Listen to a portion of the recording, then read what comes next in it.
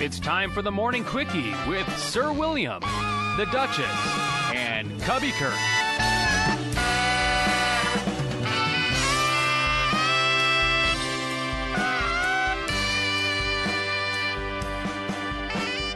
Good morning, everybody. Curtis Koch here, or Cubbie Curt, as you may know me on the Morning Quickie, filling in for the fourth day in a row. That's right. I'm still filling in here for Sir William on the Morning Quickie. And let's get you started off with some of your news headlines as we get closer and closer to Friday. And we start off in the wake of the damning docuseries Surviving R. Kelly. Police officers visited the location of the singer's alleged sex cult in Chicago on Tuesday, according to a report by TMZ. Kelly's music studio is on the west side of the city of Chicago and was featured in the docuseries.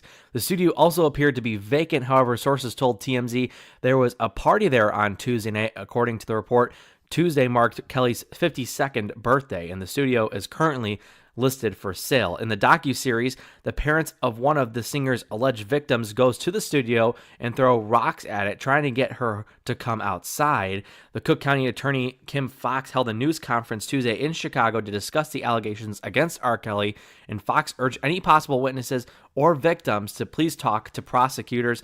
Foxx said all witnesses or alleged victims can call 773-674-6492. You can read the full TMZ report on their website at tmz.com.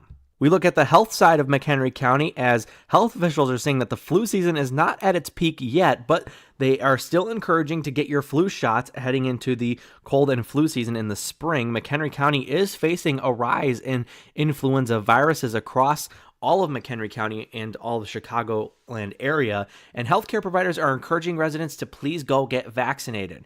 We are seeing high numbers and rise in our region, said Dr. Irfan Hayes, infectious disease specialist who serves as chief medical officer of the Northwest region of Northwestern Medicine. In the last week or so, we've started to see increases similar to what we're seeing nationally, and we don't think that it's peaked just yet. The flu is a contagious respiratory disease caused by the influenza virus and can cause mild to serious symptoms. Complications associated with the virus can lead to hospitalization or possibly death, especially for seniors, young children, and people with compromised immune systems, Hafiz said. Hafiz said that the flu shot does not cause any illness, so if you are looking to get your flu shot or not quite sure, go get your flu shot. You should, as they were saying that as an example of Jake Gardner, who is 14 of Huntley, received his annual flu shot Wednesday at Northwestern Medicine Huntley Hospital. His mother, Kelly Hazenfield, said that she fears that the flu will ramp up in local schools. Flu viruses are the most common during the U.S. and during the fall and winter seasons, according to the U.S. Centers for Disease and Control Prevention. After months of rejecting payments owed to Algonquin Township Highway Commissioner Andrew Gasser's attorney, trustees on Wednesday night approved about $35,000 to the road district's $400 an hour Woodstock-based lawyer Robert Hanlon. The board voted 3-2 to approve payment up to Hanlon, whose firm has charged the Highway Department of McHenry County's most populous township more than $400,000, representing Gasser in a complex legal battle dismissed in multiple times, and now it's on its way to the appeals court. The vote followed a discussion among board members. Although some trustees raised concerns about Gasser's spending, others said that the law gives township officials limited powers in their duties and does not give them the power to control the way the highway commissioner spends his money, as long as he has the cash in his budget. And finally, a Chicago man accused of spending $1,500 worth of counterfeit bills in Crystal Lake will see prison time. A Chicago man is due in McHenry County Court tomorrow afternoon after police said he used about $1,500 in counterfeit bills to buy fast food, pizza, and a vehicle in Crystal Lake. Denzel Bailey remained at the McHenry County Jail on $50,000 bond Wednesday afternoon. Crystal Lake police arrested the 27-year-old on Monday morning. Bailey of the 4800 block of West Race Avenue is accused of using counterfeit $100 bills to pay for food and services at a 7-Eleven, Wendy's, KFC, and Nick's Pizza Pub in Crystal Lake. A Nick's employee said that about 10:50 a.m. Monday, police were at the apartment complex in the 200 block of the Elmhurst Road in Crystal Lake when a delivery driver arrived with Bailey's large sausage pizza. After trying to pay for the delivery with a counterfeit $100 bill, Bailey robbed the driver of $71 in cash and took the pizza, according to a criminal complaint. Bailey did not have the chance to eat the pizza, however, before police arrested him. The Nick's Pizza employee told police and told the Northwest Herald. Authorities could not be reached for details surrounding Bailey's arrest. However, the most expensive purchase that Bailey did use is accused of making a $2,000 Oldsmobile Silhouette van, which he bought from a private seller and paid for in 11 counterfeit $100 bills, according to the police report. He faces robbery, forgery, theft, criminal trespass to property, and possession of a stolen vehicle charges, which could result in up to 5 years in prison if convicted. The situation remains under investigation, prosecutors said. And now for a check of the weather, here is the Duchess. This is the Duchess, and here's the 7-day forecast as I know of it. This morning, clouds and afternoon sunshine, a high of 28 degrees. Tonight, we'll see a low of 18. Then clouds roll in on Friday, a high of 33 degrees. Saturday, they are saying snow showers. I'm not exactly sure on accumulation just yet, but a high of 32.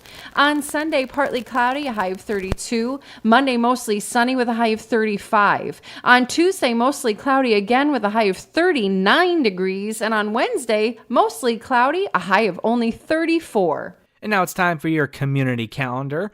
Coming up on January 11th, that's right, this Friday, it's Trolls Night Out from 6 to 8 p.m. at Color Me Mine in Crystal Lake. And you can't stop this feeling, folks, because they're celebrating trolls at this month's Kids Night Out. No parents are allowed. They're going to be painting, singing, making friends, and eating pizza throughout the whole time. So don't miss out. It fills up fast. It's for ages 6 to 9. On January 12th, Lucky Bernie's right here in Huntley will be hosting a comedy show. The show starts at $7 and tickets are $10 at the door. There'll also be food and drink specials all night long, and you can also play some slots.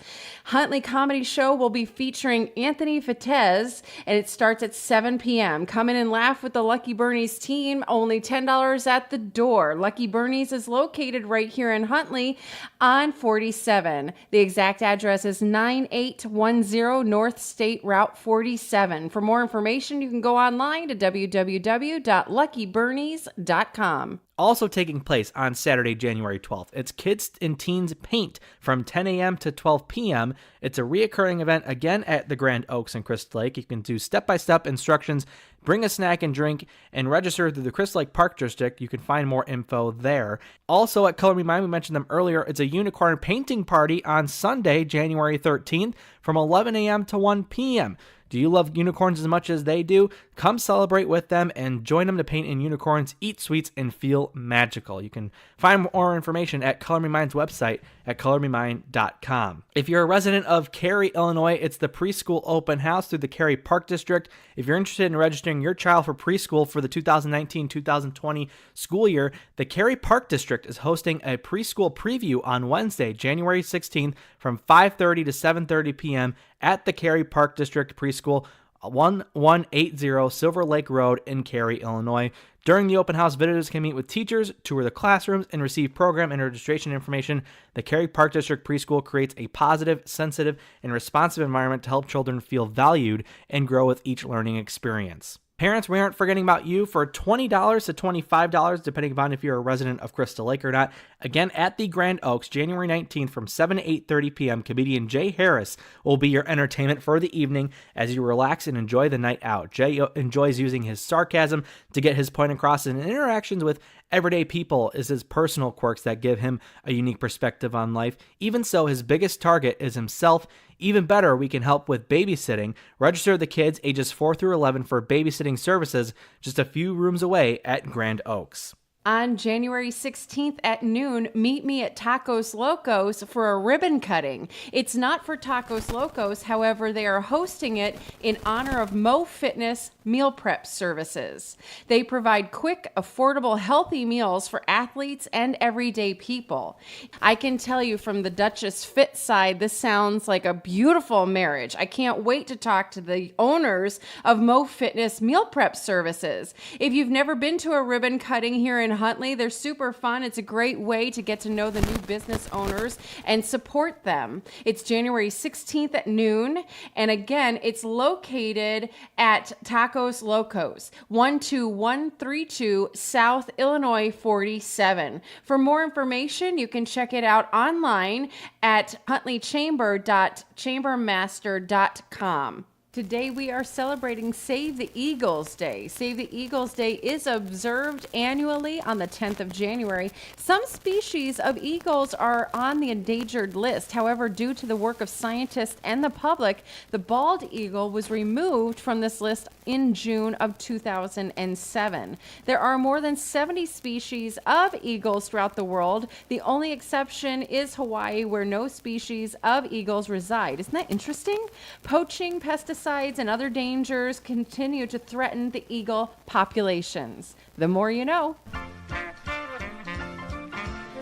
You know him, you love him. He's our guy, Cubbie Curt, with today's sports update. Yeah, that's right. It is time for your morning sports update. And as I kind of hinted at yesterday, it was only going to take about 24 hours or so until we found out if Vic Fangio would be the next coach of the Denver Broncos. And it is true. He is going to be the head coach of the Broncos for at least the next 4 years, and that includes a team option for a 5th year, that according to ESPN's Adam Schefter and Dan Graziano. Broncos general manager and president of football operations John Elway has said he was looking for experience in his next head football coach, and it appears he has chosen the most experienced candidate for the Bears, at least, or from the Bears at least right now, with Vic Fangio getting the deal over the Pittsburgh Steelers offensive line coach Mike Munchak. Fangio is one of the 5 candidates to interview for the Broncos head coaching job, and the final candidate the team met with, his interview was held Monday in Chicago after the Bears' 16-15 loss to the Philadelphia Eagles in the first round of the playoffs. The Blackhawks last night, losers in overtime to the Nashville Predators, 4-3. They do pick up a point, though, a much-needed point for that matter. Blackhawks are now 16-22-8 on the year. The Predators improved to 27-15-3. The Hawks will hit the ice again this weekend on Saturday night at the United Center with a 7:30 p.m. puck drop against the Vegas Golden Knights. In basketball, the Bulls, again, losers as they fall to the Portland Trail Blazers 124-112. Bulls now have a 10-31 record on the year as they continue to go to their losing ways. They haven't won a game in a while, actually, as they haven't won since December 28th of 2018 when they had a 101-92 victory over the Washington Wizards. So that means they have a 5-game losing streak going on right now, and it doesn't look like it'll get any easier, as tonight at 9:30 p.m., they'll be facing the Golden State Warriors on the road in the Bay Area. So it looks like the Bulls might be looking for another loss, possibly 6 in a row, as they have a tough matchup ahead against some favorite teams in the Western Conference, as they will be playing the Jazz on Saturday, and then on Tuesday night, they'll be in Los Angeles playing LeBron James and the Lakers. If you're a White Sox fan, though, you might be getting a little bit of excitement because the White Sox and the Phillies are supposedly the only 2 teams that are really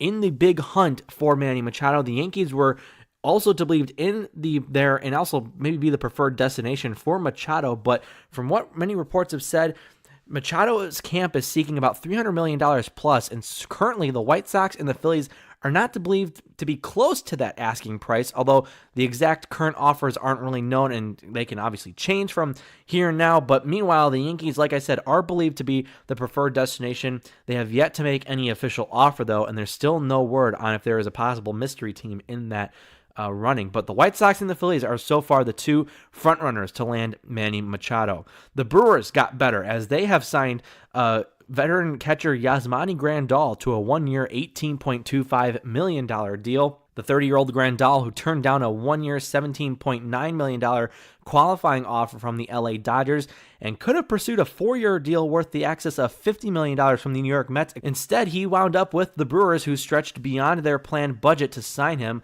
sources told ESPN's Jeff Passan.